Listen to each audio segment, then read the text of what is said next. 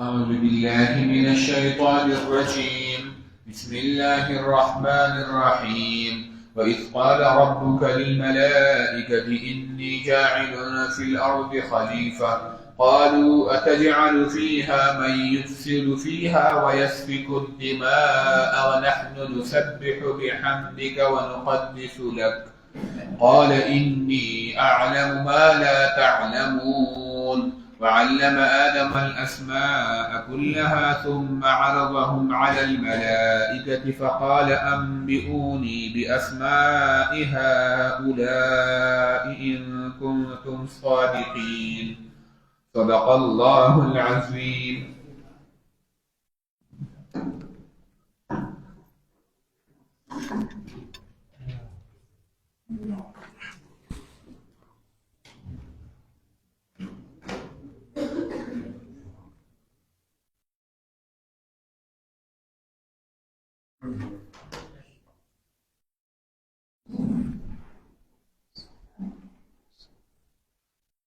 الحمد لله وحده والصلاة والسلام على من لا نبي بعد. أما بعد، قال الله تعالى في محكم كتابه: أعوذ بالله من الشيطان الرجيم. بسم الله الرحمن الرحيم. وإذ قال ربك للملائكة إني جاعل في الأرض خليفة إلى آخر الآية. پرون د دینه مخکې الله تعالی وفرمایل چې کوم نعمتونه ما په انسانانو باندې کړي دي، نو بعضې نعمتونه داسې چې هغه ظاهر ښکاري، لکه الله تعالی وفرمایل چې ګوره ما تاسو د ژوند درکو، ستاسو د پیدې دپاره ما ځمکه هغه خوره کړه او دغه شان په دې ځمکه کې مې ستاسو دپاره نعمتونه تیار کړي دي، نو دا ښکاري. دغه شان الله تعالی انسان له مالداري ورکړي، دا ښکاري په نظر باندې. بعضې نعمتونه داسې دي چې هغه ښکاري نه، خو هغې ته معنوي نعمتونه وایي. لکه دلته کې الله تعالی فرمایي چې ګوره ما فرشتو ته ووایي چې د آدم علیه السلام ته سجده وکړي، نو آدم علیه السلام له الله تعالی نبوت ورکړی و، دا یو معنوي نعمت دی. دغه شانته کې د فرشتو چې ورته سجده وکړه، دا یو نعمت و. دغه شان الله تعالی حضرت آدم علیه السلام له علم ورکړی و. نو د دې نه مخکې الله تعالی هغه نعمتونه ذکر کړه چې هغه ښکاري. اوس علم هغه د زړه سره د مزغو سره تعلق ساتي، هغه پټ شیز دی. نبوت هغه پټ شیز دی. نو الله تعالی اوس هغه نعمت ذکر کوي چې هغه پټ دی او معنوي نعمت دی، د هغې ذکر کوي. نو الله تعالی فرمایي: وَإِذْ قَالَ رَبُّكَ لِلْمَلَائِكَةِ إِنِّي جَاعِلٌ فِي الْأَرْضِ خَلِيفَةً. کله چې ووایي ستا رب فرشتو ته چې زه مقررونکی یم په دې ځمکه کې یو خلیفه او یو نایب، نو الله تعالی دلته کې فرشتو ته ووایي. نو دا فرشتو ته چې خبر ورکړی دی، نو علما وایي چې اصل کې د دوی رای معلوموله. ځکه امام طبري رحمه الله ذکر کړي دي چې د فرشتو دا خیال وکړو چې زمونږ نه افضل مخلوق څوک نشته. نو الله تعالی ورته ووایي، خبره ورته ورکړو، وایي زه په دې ځمکه کې پیدا کوونکی یم یو نایب لره او هغه به ستاسو نه بهتر وي، نو تاسو به هغه ته سجده کوئ. نو د فرشتو دا خیال الله تعالی دورانولو دپاره الله تعالی فرشتو ته دا خبر ورکړو. دویم علما وایي اصل کې د دې وجې نه ورته ورکړو چې ان الله تعالی علم فی نفس ابلیس کبرا، د شیطان په دې زړه کې تکبر موجودو او د مخکې نه وي چېرې زه د چا نه ګورې چا ته سجدې نه کوم او زه ګورې د ټولو خلکو نه غوره یم. نو الله تعالی ته علم و چې د ده په دې زړه کې تکبر موجود دی. نو د هغه تکبر د ښکاره کولو دپاره الله تعالی آدم علیه السلام پیدا کو او بیا دې فرشتو ته ووایي چې ګورې ما یو انسان یو خلیفه په دې ځمکه کې زه اراده مې کړې ده چې پیدا کوم یې. نو د شیطان د هغه تکبر را ښکاره کولو دپاره الله تعالی فرشتو ته ووایي چې تاسو به دې نه بعد هغه ته سجده کوئ. دویم دا دی چې په دې کې د فرشتو امتحان، چې الله تعالی د فرشتو امتحان اخیستو چې زه تاسو ته حکم کوم چې تاسو داسې مخلوق یې چې تاسو د نور نه پیدا یې، او تاسو به اوس رالګئ او هغه انسان ته به سجده کوئ چې هغه ما د خټې نه پیدا کړی دی. امتحان د فرشتو.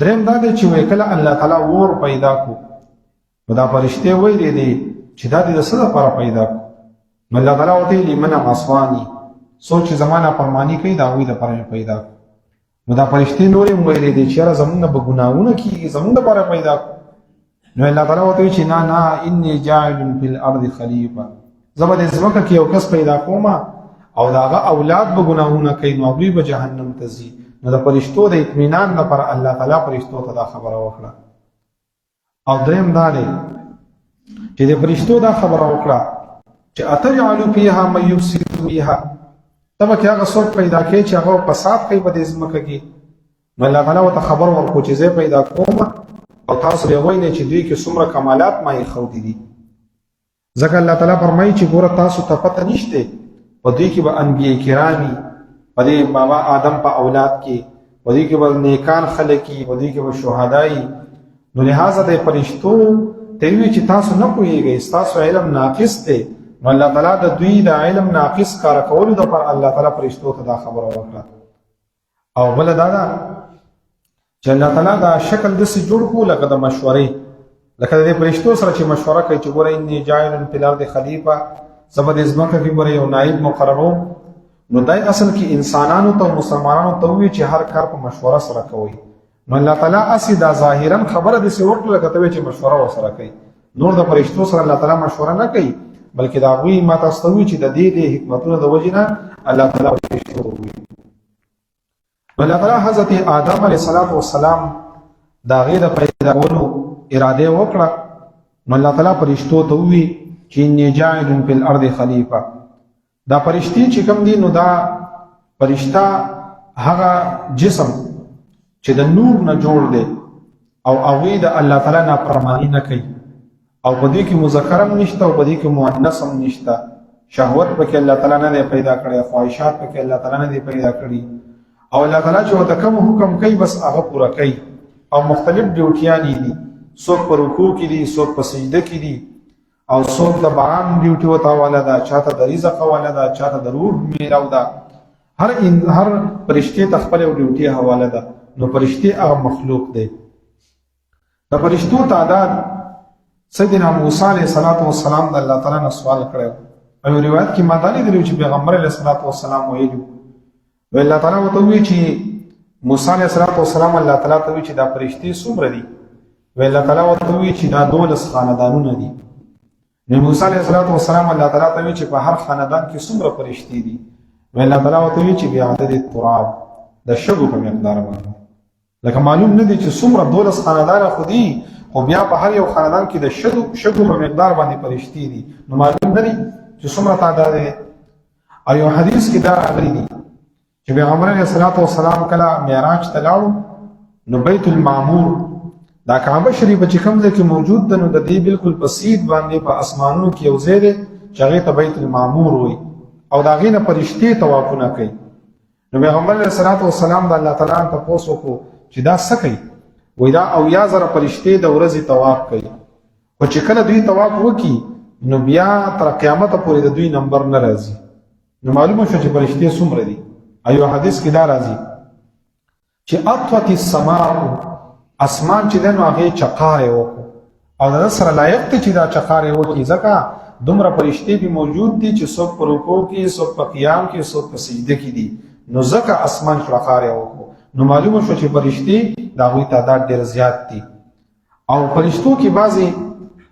صفاتونه داسې دي چې هغه په انسانانو کې دي لکه مثلا په انسان باندې یره راځي نو په فرشتو باندې یره راځي د الله تعالی یره راځي نورم په فرشتو باندې یره راتلی شي دریم دا چې انسانان لباس اغوندي نو فرشتې هم لباس اغوندي دا غوي خپل لباس ته خپل لباس استعمالي دریم دا چې په انسانانو باندې هم خبوي او بدبوي ورزي نو په فرشتو باندې هم بدبوي ورزي او خپي ورزي او بدبوي ډېر زیاته بدی شي د فرشتو ادي وجه نبی صلی الله علیه وسلم یو ځل چاول دعوت کړو نو په دسترخوان باندې پیاز پراتو نو پیغمبر صلی الله علیه وسلم اون خپل به داغه وجه دا چې د سې چا سره خبرې کومه چې دا وی بدبوي ډېر زیاته نه خوخه ده نو پیغمبر صلی الله علیه وسلم اون خپل اگر که پیاز خورل جایز دي خو دومره ده چې انسان یې پوخ خوري یا که کچو خوري چې بیا پسې سخوک شیز مسواک استعمال کی ټوت پیسټ پسې وکي چې هغه شیزونه زایل شي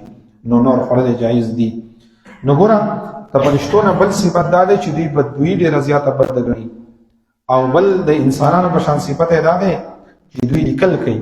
لکه څنګه چې انسانان لیکل کولی شي نو فرشتې هم لیکل کولی شي.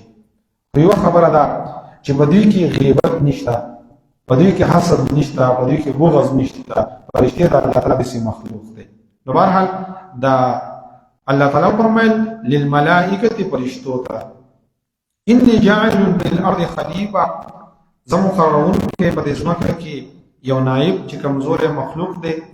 په دې فرشتو ورته ووایي اتجعل فیها من یفسد فیها، آیا ته مقرری په دې ځمکه کې هر څوک چې فساد به کوي په دې ځمکه کې، ویسفک الدماء او وینې به تویوي.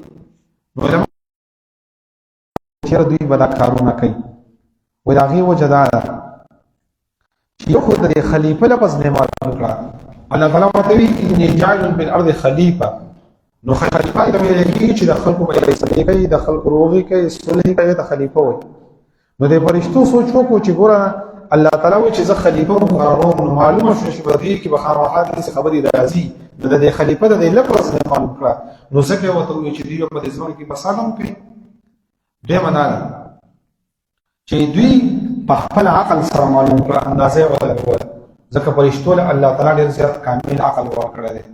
یو حدیث کې راغلي دي چې کله فرشتې په دفاع کې د انسانانو نه تپوس کوي نو چې دی ورته جواب ورکړي، وایي دا فرشتې ورته وایي چې مونږ ته پته وه چې ته به مونږ له دا جواب راکړې، ځکه ستا دا حالات داسې وو، ستا ته چې مونږ کتل نو ستا د جواب اندازه مونږ ته معلوم وه د مخکې نه. دی په خپل عقل سره معلوم کړه. او مخکې په دې ځمکه باندې جنات آباد، پیریان آباد. نو دې پیریانو په اختلاف خپل منځ کې جګړې به کولې، نو بیا به الله تعالی فرشتې راولېږي او دا پیریان او دا جنات سرکشه شو، د جزیرو ته وتښتول او منتقل شړو شامبانو ته. د هغې نه بعد الله تعالی آدم علیه السلام پیدا کړ. نو دې فرشتو ته مخکې معلومه وه چې هغه خلکو داسې کوو نو دوی به هم کوي. څلورمه وجه دا ده چې دوی معلومه کړه دې فرشتو چې د آدم علیه السلام دا خټه چې جوړېږي نو دا د مختلف ځګونو نه راغستلی کېږي، څه توره ده، څه سپینه ده، څه خړه ده. نو دې فرشتو سوچ وکړو چې د دې نه کم خلک پیدا کېږي نو په هغوی کې به مختلف خصوصیات دي. څوک په چا کې به غوسه ډېر وي، په چا کې به کم وي، څوک به سپین وي، څوک به تور وي، څوک به یو شانته کي، څوک به بل شانته کي. نو فرشتو وایي چې ګوره اتجعل فیها من یفسد فیها، آیا ته مقرره هغه څوک چې هغوی فساد کوي په دې ځمکه کې، ویسفک الدماء او تویوي به دوی وینه. نو علما وایي چې ګوره فساد کې خدا په خپله راغله که نه چې نه تویول خو فساد دی. نو دا ویسفک الدماء دا بیا د وینې خبرې ولې وکړه؟ وایي د هغې وجه دا ده چې دا ډېر زیات لوی جرم دی. حدیث شریف کې راغلی دي چې که چېرته کې دا ټول اسمانونو والا او دا ځمکې والا خلک راجمع شي او یو انسان قتل کړي نو دا ټول به الله تعالی جهنم ته واچوي. نو معلومه شو چې انسان ډېر زیات قیمتي دی. نو الله تعالی دې فرشتو ورته ووایي ویسفک الدماء چې دوی به وینې تویوي. او هغه شانته کې وشوه مسلمانان بلکې هغه خلک چې ډېر زیات لوی لوی دعوې کوي هغوی په معمولي خبرو باندې یو بل وجني. دا تاسو په دې میډیا کې ګورئ، دا په موږ په دې سواد کې څوک یو وکیل دی په معمولي خبرو باندې د ماشومانو جګړه راغلې ده او بس هغه یو هم پسې ټوپک راغستی، بل هم نو هغه وکیل صاحب پکې استعمال کړی دی. وړه ماشومان دی دوی پسې ټوپک راغستی. اوس د دوی سره دا احساس نشته. نو دې ته خیال کوئ او خبره به کې سراله خصوصا دا روژه را روانه ده نو په دې کې دې خبرو ته خیال کوئ. ماشومان به سره باندې جګړې مه کوئ، لانجې مه کوئ. دا ماشومان بیا په دغه ټایم کې یو بل سره یو ځای بله ځای دوه ماشومان چېرته جګړه باره کړې وه نو قاضي صاحب تاثرین وکړو دې ناست یو بل سره سبق اړئ خاندلې. نو ماشومان سبا هغه شانته کې وي. دغه شان په دې جومات کې خیال کوئ چېرته کې دا تراویح را روانې دي نو په دې کې چېرته ماشومان شور وکړي نو لږ په ځان په خپلو جذباتو لږ کنټرول کوئ. چې څنګه به سړي باندې ورمنډه کړي بیا د هغه پلار راشي لانجې به په ثوابۍ کې به دې باندې هم قتل شوی چې په جومات کې. نو دې خبرو ته لږ غونډه کې خیال پکار دی. زه به خپله باندې داسې جذباتي غونډه کې یم خو بهرحال تاسو دا خبرې کوم چې زه ټیم عمل وکړم. نو دې خبرو ته خیال کوئ، ډېر ناکام کوئ. هغه خبرې ته سوچ پکار دی. د ماشومانو د وړو په سر باندې بیخي جګړه نه پکار. نو بهرحال دې فرشتو دا سوچ وکړو چې چې ګوره ويسلك الدماء دوی وینې تویي. علما دلته کې عجیبه خبره کوي، وایي ګوره د فرشتو خو ولې د انسانانو غیبت ونه الله تعالی ته وی چې دوی به بساط کوي او دوی به وینې تویي، وایي دا غیبت یې ونه. علما وایي ګوره اصل کې الله تعالی د مشوره غوښته، د چې مشوره د چا نه واخلي نو بیا که یو کار په چا کېږي نو بیا ورته هغه ویلی شي. لکه حدیث مې پیش کړی، یو ځل یو زنانه راغله پیغمبر علیه الصلاة والسلام ته یې وویل چې یاره زما پسې نکاح پیغام یو ابو جهم را لېږلی دی، یو پسې امیر معاویه رضی الله عنه پسې را لېږلی دی، نو زه د چا سره نکاح وکړم؟ د نبي علیه الصلاة والسلام نه مشوره واخیسته. نو پیغمبر علیه الصلاة والسلام فرمیل هر چې ابو جهم دی نو هغه خو دې سړی دی چې همیشه دپاره کونټۍ په اوږه باندي، مطلب غوسناک سړی دی، نو نکاح ورسره مه کوه، بیا به دې سبا ورسره وخت نه تېرېږي. او د امیر معاویه رضی الله عنه په دغه ټایم کې لږ غریب و. پیغمبر علیه الصلاة والسلام فرمایل ورجل صعلوک، اخو غریب دی نو خپله خرچه نشي برداشت کولی، ستا خوښه ده نو مطلب دا چې د هغه سره نکاح مه کوه. وی د اسامه ابن زید سره وکړه، هغه مالدارم دی او صبرناک هم دی، نو هغه زنانه بیا د هغې سره نکاح وکړه. نو دلته کې چې ستا نه څوک مشوره وغواړي، لکه د چا پسې مثلا رشته راغلې ده او ستا کلیوال دی او تا نه چا تپوس وکړو چې دا سړی څنګه دی، نو د هغه به ورته ټوله خبره هسټري به ورته بیانې، د ځان نه پکې نه وي چې ستا ورسره نه لګي او هغه ټیک ټاک کسي ورته وتهیي چې را خو آیس کي او خو داسې کوي، نه نه داسې به نه کوي. خو دومره ده المستشار مؤتمن، د چا نه چې مشوره طلب کړی شي هغه امانتدار دی، نو صحیح صحیح خبرې به ورته کوي چې ګوره دا فرق پکې دی، دا پکې نشته، دا پکې خوبي ده، ځکه چې دغه کور د هغه ماشوم راودېږي. نو که تا ورته غلط بیاني وکړه نو ګورې ته پکې ګناهګار یې، صفا صفا خبرې به کوې، کلیوالۍ ته پکې نه ګورې، ورورولۍ ته پکې نه ګورې. نو دلته کې علما وایي چې ګوره د فرشتو چې انسانانو غیبت وکړو نو دا غیبت نه دی، وایي د هغې وجه دا چې الله تعالی ورته ویلي نو دوی ورته صفا صفا خبرې وکړي، ټولې دوی فسادونه نه کوي، دوی به یې غلط وایي. ما به خبره باندې پوه شوې، نو دی د مشورې په طور باندې ویلي نو ځکه فرشتو ته صفا صفا خبرې وکړي. نو الله تعالی حضرت آدم علیه السلام چې دی نو هغه پیدا کو، او د جمعې په ورځ باندې مسلم شریف کې حدیث دی چې د خیالي په ورځ باندې الله تعالی خاوره پیدا کړې ده، او د اتوار په ورځ باندې الله تعالی غرونه پیدا کړي دي، د پیر په ورځ باندې الله تعالی ونې پیدا کړي دي، د منګل په ورځ باندې الله تعالی بد شیزونه پیدا کړي دي، او د بت په ورځ باندې الله تعالی نور پیدا کړی دی، د زیارت په ورځ باندې الله تعالی زندسري پیدا کړي دي، او د جمعې په ورځ باندې د مازدیګر لمونځ نه بعد الله تعالی حضرت آدم علیه السلام پیدا کړی دی. وایي چې کله آدم علیه السلام یې پیدا او د ده دا جوسه داسې پرته وه، نو دا شیطان راتلو داسې بله ټنګ ورکوو چې ده ته ګوره ده ته به زه سجده کوم، ځکه الله تعالی ورته بیا حکم کړی دی. نو په زړه کې ورسره عداوت او بغض پیدا شو. وایي چې کله الله تعالی په آدم علیه السلام کې روح واچو او د مزغو ته کله ورسېدو، نو چې کله دا روح را ورسېد د مزغو ته، نو آدم علیه السلام اپرنجی وکړو، نو چې کله وی چې الحمدلله، نو الله تعالی وته چې يرحمک الله، الله تعالی دې پتا رحم وکړي. نو دا سنت وګرځیدا چې څوک اپرنجی کوي نو هغه وایي الحمدلله، نو دا بل انسان وته يرحمک الله، نو دا بل مو د بیا وایي يهديكم الله ويصلح بالكم، الله تعالی ته هدایت وکړي، الله تعالی اسلام جام برابر کړي، خدای دې خکا دا. او وی بیا الله تعالی د آدم علیه السلام ته وی چې لاړ شه د فرشتو ته سلام وکړه، نو آدم علیه السلام راغی او فرشتو ته سلام وکړه، نو چې دا عاجزي وکړه نو الله تعالی بیا د فرشتو ته وی چې تاسو عزت سجده وکړئ، نو الله تعالی مسجود الملائکه وګرځو. نو دلته کې ځکه الله تعالی فرمایي چې ګوره انی جاعل فی الارض خلیفه، زه په دې ځمکه کې یو نایب ګرځوم. نو د فرشتو ته وی ونحن نسبح بحمدک ونقدس لك، او مونږ تسبیح بیانو ستا په حمد سره او تعالی را پاکي بیانو. نو دی ورته داسې نیازمندانه غونډه کې خبره وکړه چې ګوره الله تعالی بس هغه ته څه ضرورت دی، آدم ولې پیدا کړې، خو مونږ یو که نه تسبیحات ستا وایو ستا ذکر کوو ولې پیدا کړې. د فرشتو داسې یو خبره وکړه، ځکه ورته الله تعالی وایي انی اعلم ما تعلمون، زه پوهېږم په خبرې تاسو نه پوهېږئ، واعلم ما تبدون وما کنتم تکتمون، تاسو چې څه پټ کړي دي ما ته پته ده. لکه د فرشتو د الله تعالی سره ډېره زیاته مینه وه، نو وایي چې الله تعالی ته اوس آدم علیه السلام ولې پیدا کړې، مونږ یو نه، مونږ ذکر کوو نه، مونږ هر څه کوو نه. نو الله تعالی ورته وایي انی اعلم ما لا تعلمون، زه پوهېږم په خبرو چې تاسو پرې نه پوهېږئ. د دې وجې نه دا نسبح او نقدس یو حدیث کې راغلی دی، وی الله تعالی فرمایي چې هغه اسکار ډېر زیات افضل دي چې الله تعالی فرشتو له منتخب کړي دي، هغه سبحان الله او الحمدلله دي. سبحان الله الحمدلله دا ذکر پرشتي هم کوي او الله تعالی ول د دې په ذریعہ باندې رزق ورکوي، دا غوي روحاني رزق دی. نو تاسو سبحان الله او الحمدلله دا غیر زیات ذکر کوئ. نو الله تعالی وایي انی اعلم ما لا تعلمون، زه پوهیږم با خبرو چې تاسو پې نه پوهیږئ. مطلب دا دی چې د ابلیس چې په دې زړه کې کم بغض پټ کړی دی نو تاسو هغې پته نشته، ما ته علم دی. یو مطلب یې دا دی. دویم دا دی چې تاسو ته پته نشته دی انه سیکون من ذلک الخلیفه انبیاء و صالحون، دا زه چې کوم انسان پیدا کوم نو د دې په اولاد کې به بیا پیغمبران وي، په دې کې به نیکان خلک وي. نو تاسو خو اوس ګورئ خو انجام ته نه ګورئ، په دې کې به ډېر زیات کمالات دي. او درېیم دا دی چې انی املأ جهنم من الجنة والناس، ما دا اراده کړې ده چې زه به دا جهنم د کوم د انسانانو نه هم او د قشن د پیریانو نه هم. نو چې د آدم علیه السلام اولاد کې کم نافرمانه دي، کافران دي، یهود دي، نصارا دي، نو الله تعالی وایي د هغوی نه به زه دا جهنم د کومه. نو دې وجې نه زه د آدم علیه السلام د پیدایش اراده مې کړې ده. نو دې کې الله تعالی واقعه د حضرت آدم علیه السلام ذکر کوي او دا لسم آیاته پورې بیا د هغوی واقعه روانه ده. انشاءالله بیا وخت په وخت باندې وایو.